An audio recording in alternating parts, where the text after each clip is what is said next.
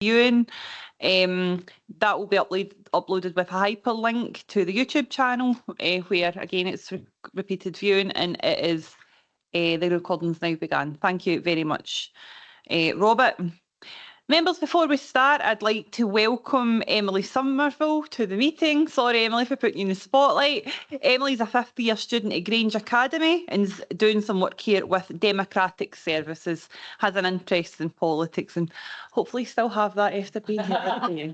So, a very warm welcome to you, Emily. It's great to have you. Julie, can we have the second and apologies, please? Yep. Thanks, Provost, and good morning, members. Provost Claire Leach. Here. Councillor Stephen Canning. Present, thanks. Councillor Ellen Friel. I'm here, Julie, thank you. Councillor John McFadden.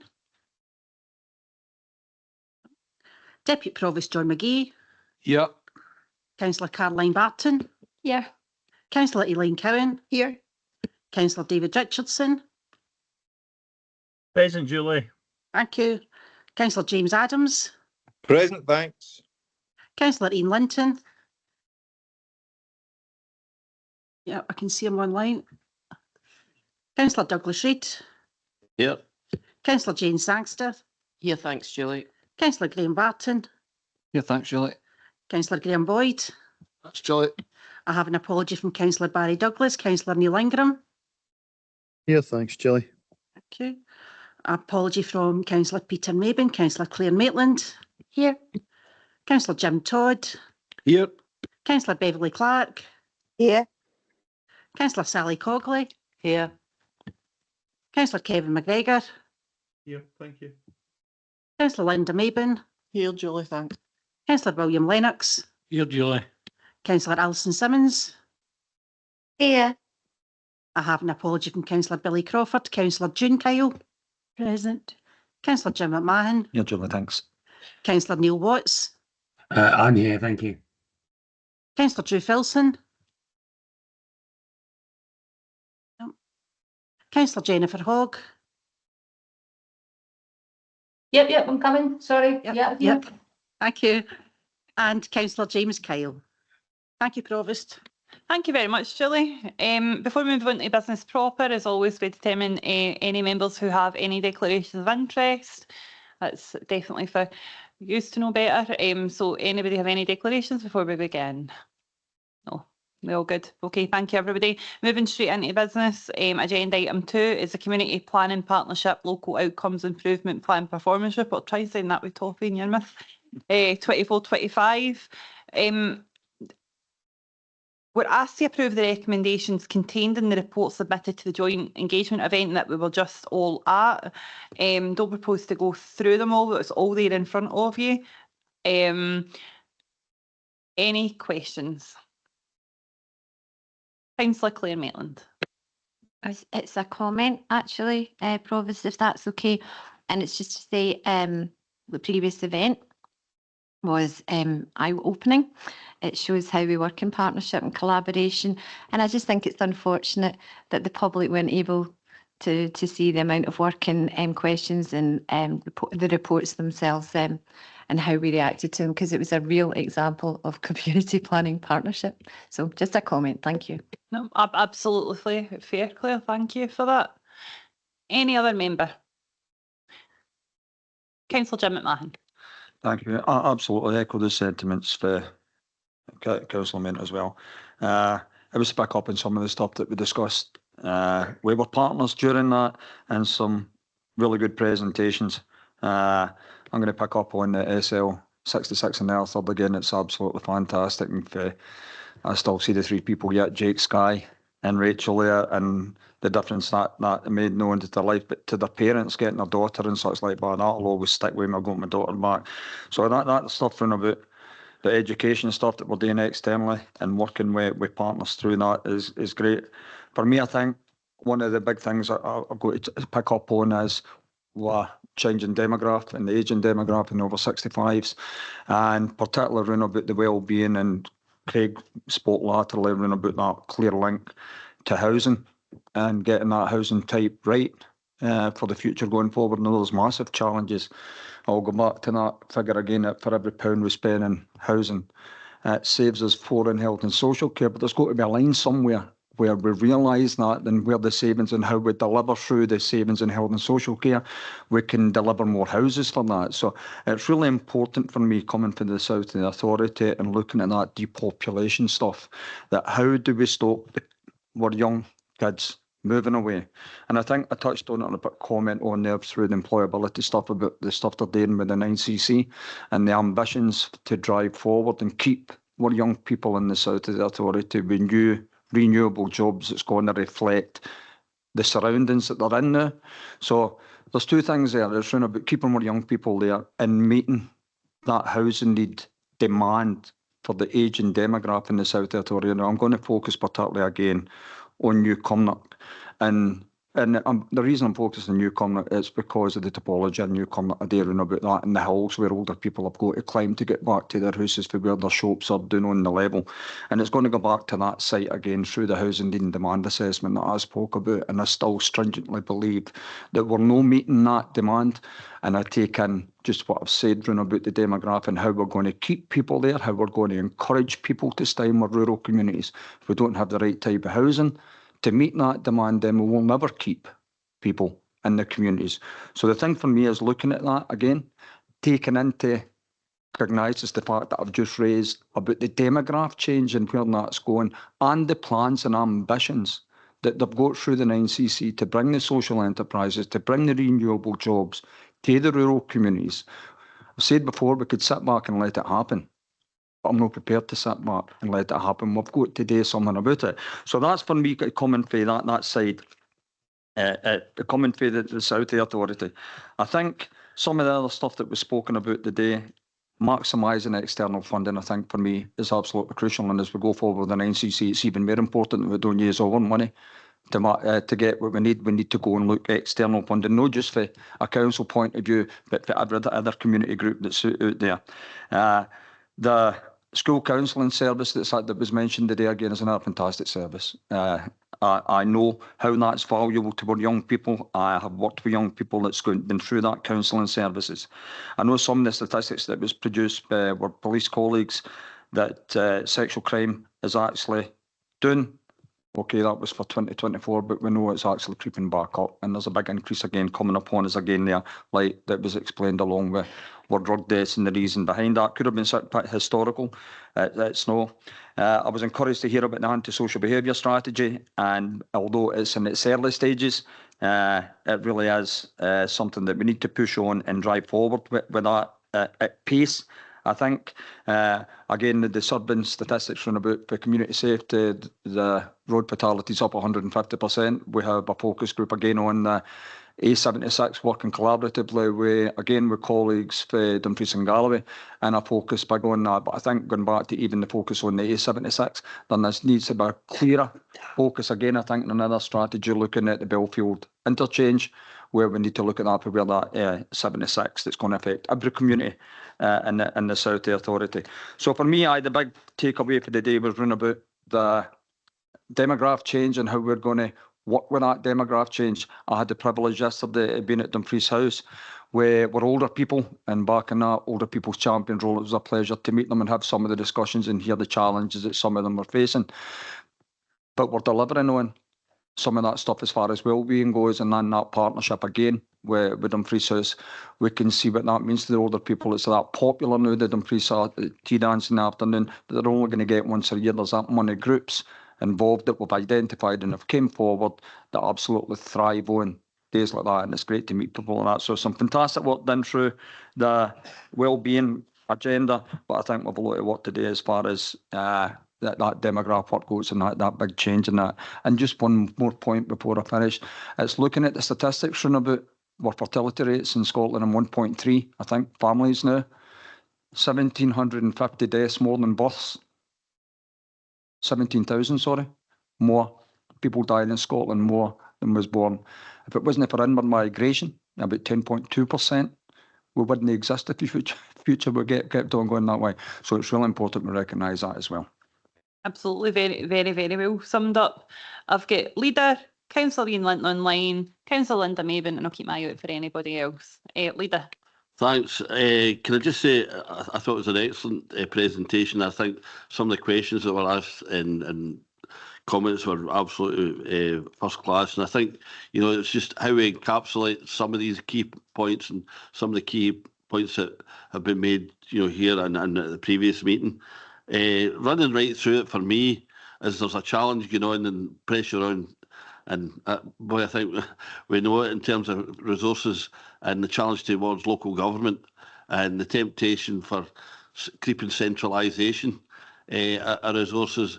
And I think, both ourselves working as a council, but with our community planning partners and the community planning partnership, it's so important that delivery is so important, and that no one's, as a constant rain folk up at Cosler, no one size authority is the same. And I think right away from, I think it was John McGee's point about healthy life expectancy, we know we're a post-industrial area and we've got all these issues that follow with that.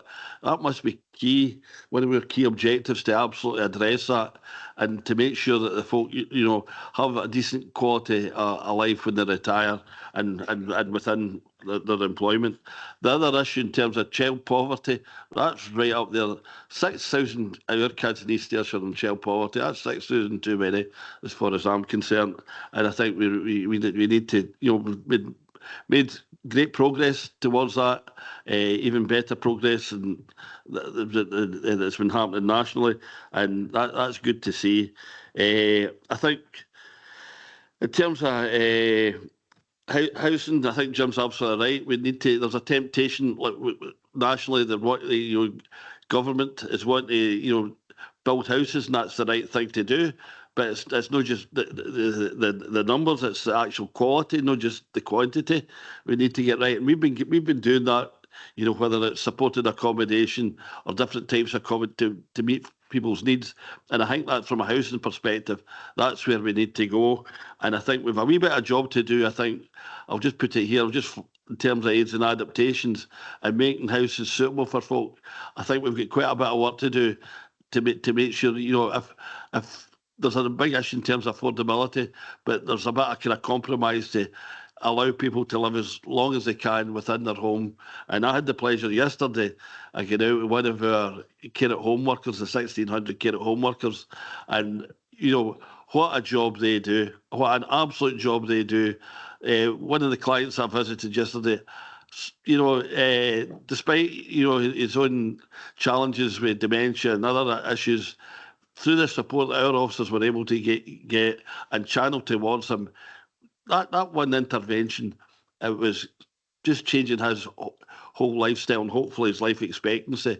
And, hopefully that applies to the whole 1,600. Know what I got. I'll just leave it at that. But I think the theme for me, that local's best and we can deliver, the community planning partnership works well and let it thrive. I think Jim Todd made a point about the Procurator Fiscal's office. I think that was well made.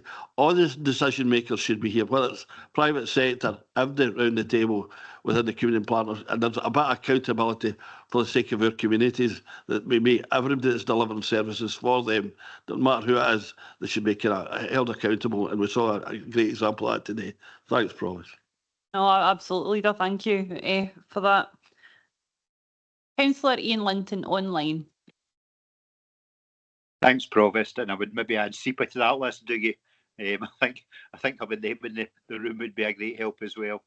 I was just really picking up on the point that Craig was making. Obviously, we heard last week at Cabinet about the projected deficit going on, and last year we drew down the council reserves to close that gap. So I mean, I agree with everything that's been said. I mean, having experienced the carers looking after my mum for a number of years, what a fantastic service we provide, but it comes at a cost, and we really need to get both a local and a national solution to this. As folk are getting older and frailer, we're going to have to find money to close that gap for somewhere.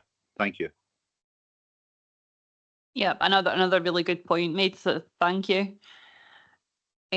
Councillor Linda Maben. Thanks, Provost. First of all, just to reiterate what Councillor Jim McMahon said about the 9cc, I don't think we can underestimate the the sort of good that money's already doing, has to be said, and is going to do in the future. The one thing I wanted to say was, it was something, Craig, that you said earlier on about trying to encourage for young folk to get into the care service, to get into that side of it. And it took me on to the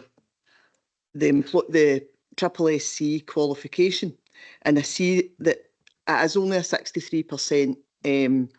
So what do they, if a young person comes in and they go and get this, do they get like a higher grade? Do they get something that is going to help them? Because I was always under the impression, wrongly, that this was mandatory for being right. So if it's mandatory, why we only get 63.1%? And sorry, one final thing, is that all right? Just listening to the leader saying he was out with a carer, it must have been take your counsellor to work day yesterday. I was out with one of the technicians, and I was blown away by the relationship that they have with the public. It was like their grandwain coming into their house. And these elderly people, I got offered cups of tea in every single house I was in. I then had a conversation with an elderly woman, and it turns out that her cousin was my dad's best pal. So there you go, small world right enough, but thanks. Through you, Provost, and it was take your IJB member to work day yesterday. That was the official part. So that was part of our sort of shadowing programme, just to Right. a bit of visibility. So, and it's really good, and the feedback is really positive as well. So thank you both. In terms of SSSC stuff, it is a mandatory requirement. So SSSC said that people working in that area do need a qualification. I can't remember, it's level 6, I think it might be, qualification at that level. So at a point in time, the majority of the workforce didn't have it. So there's a plan put in place to get to that point. As you say, 63.1%, there's still a number, not the majority, there's still a number of the workforce don't have it as yet. Some of them have got almost, I can't the exact terminology, but it's almost exceptions, or they've got a permission not to have it for, but not forever, but maybe there's a process in place, and it might take me an extra year, an extra 2 years, and there's almost an individual justification. So they've got that from the SSSC, but that will run out. So there'll come a point in time where they'll say, no, you must get this, and that's it. And if you don't get it, you're not able to do the job anymore. But actually, the biggest part of why it's not a big high number is because of turnover. So when people come into the new job, sometimes it takes a couple of years to get the experience. So on job learning, so it'll take them a couple of years to get the skills, get the experiences, get the qualification, and that just a general churn and turnover is such that there's always going to be a gap in terms of full compliance. The bit we want to get to, that I was keen to talk about this morning in terms of the pathways, was for the young people that are coming in, if we can get the right qualifications, particularly through the college, or if there's something through maybe foundation apprenticeships even, where you can get them that kind of starter, so they will have a level of qualification already under their belt. So when they come and join us as a community care officer, their first day in the job, it's not you've got this huge learning journey in front of you, you've actually got most of it already. And if it's through the college, they'll have all of it already, because the college are looking at reintroducing that level 6 qualification as a course that they would do. So the plan into the future would be that actually the people that are joining the organisation, some of them would already be qualified, and the ones that aren't, we'd continue to support them through it. So there's a range of different factors in there, but it's as a mandatory requirement, SSSC, but at level, I'm sure it's at level 6, you must be qualified there, but there's a process to go through to get to that point. Okay, thank you both. Councillor Jim Kyle. Thanks, Provost. My problem is I'm using these two places as Dalmellington and Bellsbank as an example. Kids that go to university, they've got a good chance of getting on in life. Kids that don't qualify for university, there's no jobs for them. Apprenticeships don't exist in that area. A lot of these people will make good apprentices, because your tradesmen are dying off, builders, electricians, and we need something to happen there. And the biggest problem is these kids could go and sit different companies to get an apprenticeship. There's no transport. That's the biggest problem. There's no transport. A lot of them into bored, they get into antisocial behaviour. That's the biggest problem. They're bored, there's nothing to do. And wondering what the likes of Edgar and Emergency One, They start at apprentices every year.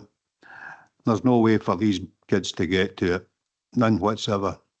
So basically, it's just the local areas that's getting the apprentices. And it was one to see what council could do about that. Thanks, Councillor. Linda, would this be okay to pass to yourself? Absolutely, Yeah. certainly, Provost, and thank you, Councillor Kyle, for the questions. So whilst I can't maybe address the transport one, I'll hopefully try and address something that might actually mitigate against the need for as many or the issues that sit around about the transport issue there. So firstly, clearly we're developing the Doon campus, which will provide, a refreshed narrative around about education, and indeed only just recently governance and scrutiny heard from Martin Robertson about the work that he's doing up in that particular community, and those linkages both to the third sector and indeed local business, particularly the renewable energies businesses in that particular area. Whilst it won't be the panacea and it won't fix everything, we know the results we've had out of SL33 and 66 in terms of generating young people ready for the job market. SL99, clearly using the previous Domellington Area Centre, is now in progress. So my colleagues have been up there and scoped all of that, and we're already working with, for example, the zone to make sure that what we don't end up doing is duplicating stuff that's already there in the Domellington and Bellsbank area. The notion in SL99, as it will become, is very much around the trades, Councillor Kyle. It's absolutely what we need up in that area. The data's telling us that. And the links. So clearly now, if I put my employability hat on and not my well, it's a bit of both anyway. If I put my employability hat on, I met with David McDowell and other colleagues, Mags and other colleagues just on Monday to discuss the potential in the Renewable Energy Fund to actually look at almost like a dating exercise between the companies and the young people, both in that area and the area that we can use the renewable energy funding in, which clearly we're up and about in that area. So I think we're on an absolute, not a watching brief. A watching brief suggests we're standing still, but I think we need to get the trades installed in SL99 using booths. It's the old-fashioned way of doing it in terms of training young people in electrics, in plumbing. Believe it or not, there's not a plastering school this side of Glasgow. There's nowhere for young people to learn to plaster, and that is not a dying trade right now, even though it's going slightly more tech and machiney. I don't know the right word for that, automated. But ultimately, SL99 is going to have a real focus on young people. What the employers are telling us just now, the degrees are okay and everything else, but they actually want young people on the tools. They actually want young people who can get their hands on the tools safely, with a, again, with a minimum, a bit like Craig's point, ready to go, that they can actually put them into apprenticeships. So if we've got the FA is already in Doon Academy, so the foundation apprenticeship is live up there right now. One of our first starts, and that's no mistake. That's very much about strategic placement of that. And we would hope that because of the completion of the foundation apprenticeship, that young people would be able to access the market at the MA, because even though young people do go to university, though, Councillor Kyle, I wouldn't say that there's actually jobs for them all at the moment.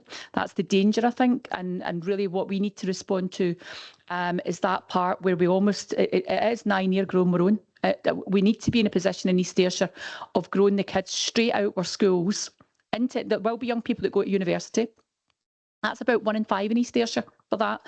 Vast majority of our young people actually head for the colleges, so I'm talking about them in the right sense.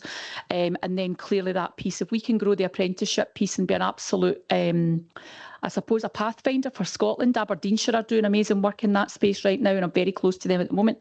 But I think the points you make are absolutely spot on, but it's up to us now to make it happen by the inception of SL33, the new campus, the interlinkages with the other services, and really actually thinking about getting the reins right on the tools in terms of, that there's a bit of me, and folk have heard it before. I'm not really maybe seeing the point about Wayne knocking 7 bells out of glockenspiel, but I will see about Wayne maybe knocking 7 bells out of tools and being able to really, and that's a kind of a weird adage, but we need to make sure we're maximising young people's time in education around about doing the right thing. So we really need to be thinking about what are they doing? Is it that bit about blended approach to school? So it's that bit where it's maybe school 2 days a week, it could be an employer a day a week, and college the other 2 to go and get the qualification if we're not able to do it in-house. So I'm afraid I can't take the transport piece, but I'm certainly hope that you will have faith that we'll certainly be taking forward the employability and trades piece. Okay, thank you very much for that. Councillor Jane Sangster. Thank you, Provost. Just referring back to one of the reports, page 29, section 8, around school meals. I noticed that the school meal satisfaction levels have dropped since the average cost of producing the school meals has also dropped. Is there a correlation there? Are we sacrificing quality in order to make cheaper meals? Is that what's happening? Maybe look and see what officers are in the room. You're all looking at me, so I'm probably going to throw you, Provost. It's in my direction. So clearly a lot of the piece has been around about uptake, Councillor Sangster, and obviously the council and the council's commitment to offering, that free school meal. And in terms of the survey that's done, I can't really comment on the viability of that survey and how many young people actually answer that. I would leave that for Ian and the team in terms of the specifics around about the SPIs. But what we certainly do know is that piece around about uptake is working, and the fact that, again, in the child poverty landscape, the fact that we're offering more than we need to in that regard is the real piece here. The survey, I know Ian will dig deeper and get the figures around about how many young people is that, because if it's a low number, those percentages become slightly less viable than they might be, or a certain group of parents, maybe with a certain issue around about meals. But certainly from what we see in the schools, and I think Eddie enjoyed one on Monday. Eddie actually went for his dinner in On Thank with Public Health Scotland on Monday. So we and again, parents would write to me, in that regard, that they're not shy in coming forward. So parents would write to me or be writing to Andrew if we felt that was something that was becoming a concern for us. So whilst that maybe sounds slightly soft in terms of what you're saying, because clearly what we want to know is there a correlation between that satisfaction in terms of the cost of production? But I'll maybe hand to Ian in terms of the genesis of the survey. Ian. Yeah, no, thanks, Councillor Sangster. So I don't have that level of detail here today. It would be Andrew Kennedy's service that would hold that. Again, I think there's been a couple of occasions today where there's been asking, the PCOS stuff that Councillor May have been asked as well. We'll follow up on this. Apologies, I don't have that level of detail, but be able to get it for you quite quickly. Yeah. Thanks. Yeah, that's no problem at all. Thank you so much. Thank you. Yeah, no, thank you. Joe McLaughlin, you welcome in. Through you, Provost, just a very quick point. We've seen through stage reforms that the number of meals, the uptake level has increased exponentially in the last year. There is probably a correlation between the unit cost and the sunk costs and the overhead costs that come into play here. The more meals are produced, those costs will lower. So a bit of that at play as well. There's been more meals produced and the cost per meal then falls as a result. But I can check into that. Fine, but thanks very much for that. You'll get that context. Councillor Graham Boyd. Thanks, Provost. It's to build on Linda's answer to Councillor Kyle there about apprenticeships. So I spot on, Linda, fully agree. It's just some interesting kind of background. When I left school in the mid-80s, 15% of people would go to university. Then by the mid-90s, Tony Blair wanted it up to about 50%. And, it's far too much, because in our sort of schools, the kids all want to go to university. Then there's a lot of dropouts at university, and the apprenticeships were kind of looked down on. There's a kind of snobbery, they weren't good enough. And I saw kids in 4th, 5th and 6th year saying, want to go to uni, and they didn't want to be joiners, plasterers, plumbers, etc. And that's why we've got this problem with a shortage, So I think we're doing really good work to address that. Apprenticeships are great. One of my friends, boys left 5th year recently, and he just went for an apprenticeship. I think it was one of the high-tech firms up near Glasgow, and he'll do day release, So I think, and what we've got down at Prestwick Airport, sometimes, just go and do these apprenticeships at wind farms, etc. And I think we need to move away from this obsession in 5th and 6th year. You have to go to university, because a lot of courses at university, they're earning the jobs there at the end, and I see that now at home with applications to use as well. So very good point, Linda, on that one. No, thank you very much for that. Councillor Claire Maitland. Thank you. Just to follow on in the university theme and the apprentices theme, and I'm obviously of an age with Graham and popped off to university in the mid-80s. However, Nowadays, the way to university is not straight from school. There are more mature students, and especially, I mean, we should be proud of UWS, the 4 campuses that serve us locally. They actually specialise in SIMD, the lower areas, the poorer areas. They have weighting against applications, and also through the apprenticeship scheme, then perhaps when they're older, realising they want to go to university, they want to expand, they might want to become an entrepreneur or a sole trader, and all of their life experience and their qualifications are taken into account. Whereas in the 80s it was, get your 5 A's or you're not going to university. So it's a completely different way of how we look at university now. Thank you. No, thanks for that. Councillor Jim Todd. Thanks, Provost. This is another one, mate, with partnership working, because I visited Dalmelton Doon Academy. There was a big open day with Vanderfall, and they were this was a few years ago, and they were boasting that they will take on young folk from Dalmelton Bells Bank and put them through apprenticeships and all the rest of it. I don't know if that's came to fruition, but it has.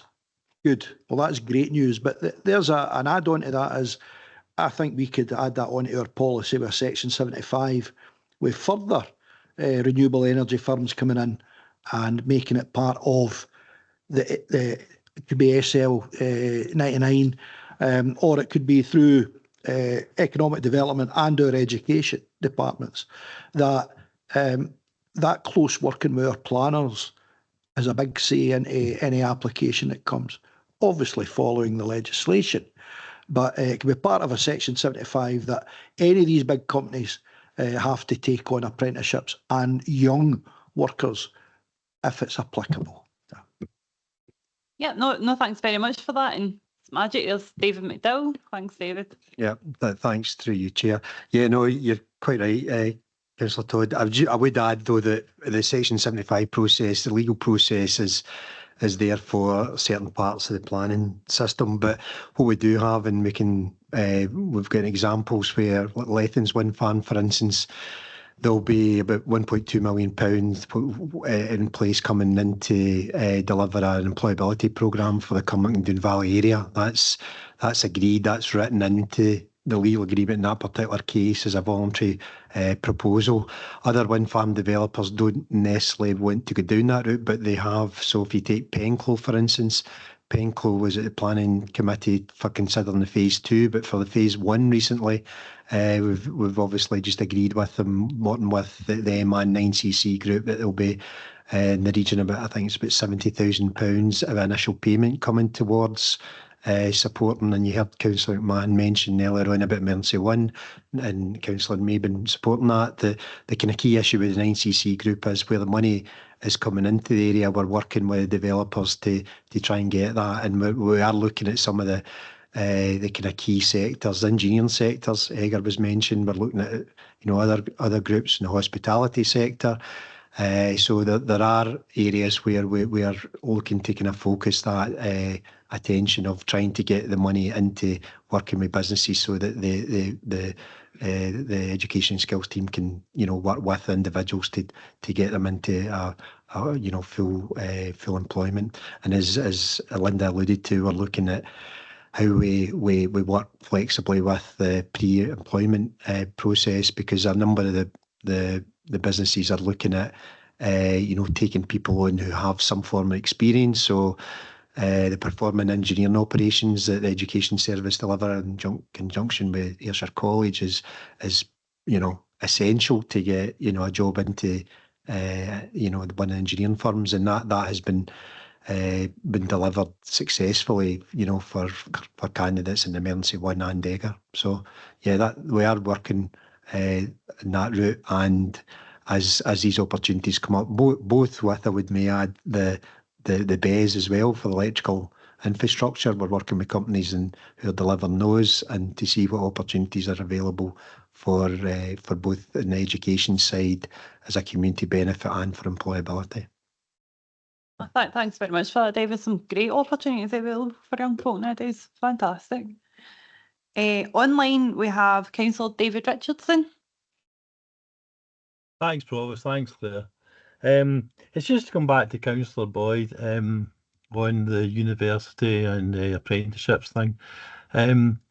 Boyd, we went to the school at the same time, Kilmarnock Academy. I think I probably left the year after you. I think I left in 1987. Now, to be honest, you've got to remember the times that we were growing up in, Graham. There weren't any apprenticeships in Kilmarnock because Thatcher was basically destroying British industry at that time. I remember leaving the school and I had two basic options. I had an offer from a bank. I had an offer from two banks, actually. I chose the Clydesdale. Or I could go to the army. My family were pressurising me to go to the army. And now, it worked out for me because I could fill in I went into the bank, and in those days, the banks immediately started you sitting exams. So I immediately went to Kilmarnock College, the old Kilmarnock College, 2 nights a week, night school, and you did the diploma, and then you did the membership of the Chartered Institute of Bankers in Scotland. Now that meant that I studied subjects like economics, accounting, corporate finance, all that sort of stuff. That's why today when we chat about the financial side of the council, I reckon I'm pretty comfortable in the numbers game, because it was the banks that basically trained me up and all of that. But where I'm going with this is times have changed, and it's great for young people now because they have more options. They have the options of the apprenticeships, but I wouldn't try and pitch it as apprenticeships v university. I'd say they just have an overall basic better future. They have more options available to them. I mean, I'm pretty proud of the fact that of my 4 kids, sorry, I'm proud of them all, proud of the 4 of them, but 3 of them for the first time in the Richardson family, 3 out of 4 have actually went on to become professionals. We've got 2 fully qualified solicitors, 1 secondary school teacher, and the army did actually get a recruit 30 years later because Freddie's off to the parachute regiment. So it's better today for the youngsters to have all the options, whereas if we're honest with ourselves, mate, when we left school in the 80s, Kilmarnock was like most northern industrial towns, and under the Tories and under Thatcher, the heavy industry that our fathers had known, it was disappearing like snow off a dike. So there weren't any apprenticeships available at that time. That's all I wanted to say, guys. Yep, thanks very much, David. History lesson there, Halassie for the 90s. I've got a couple of more people to speak. I've got Councillor William Lennox. Let's go for it. Thank you, Provost. I just I've got to come in at this point and say that we're hearing quite a lot, and rightly so, about the benefits for wind farm money, the community benefits and the money we see for the wind farms, which is welcome. What I'd like to say at this point in time is that what we're starting to see coming through planning now is requirements for battery energy storage facilities. Now, there isn't a mandatory requirement for these battery energy storage facilities to provide community benefit money. And it's my belief that with the expansion of the wind farms, there is going to be more and more a requirement for these types of facilities. And I think it's something that we need to, probably we can't take it into account within a planning perspective, but I think we should be putting pressure on the Scottish Government to try and make it become mandatory for these guys to provide community benefit money. I think the situation is only going to get worse in terms of more and more of these battery energy storage units, and I'd like to see them having to pay their way when it comes to community benefits. Thank you, Provost. Yep, no, thank you. David McDowell? Yep, no, I think we would echo that through you, Chair.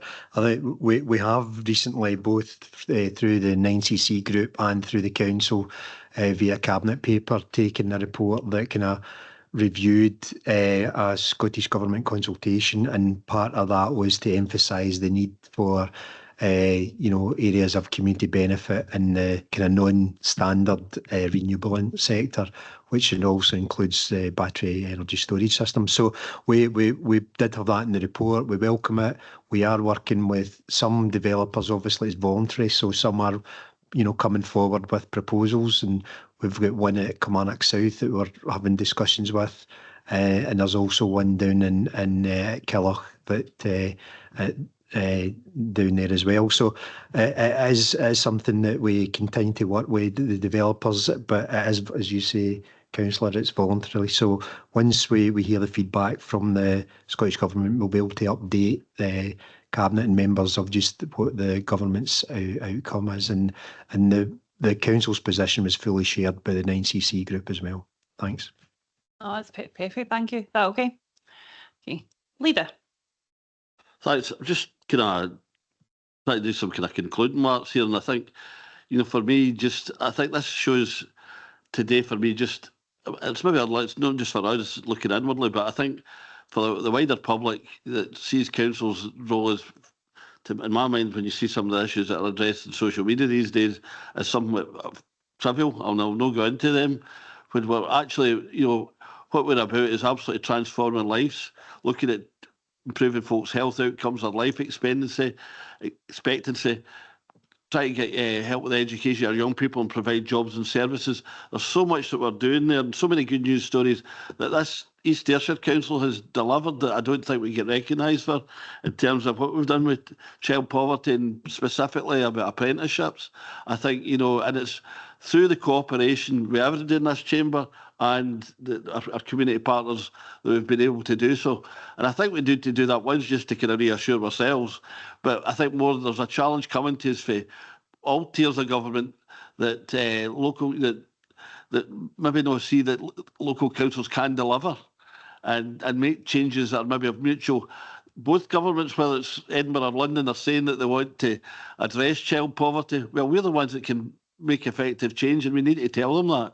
But we need a bit of support out there to deliver it.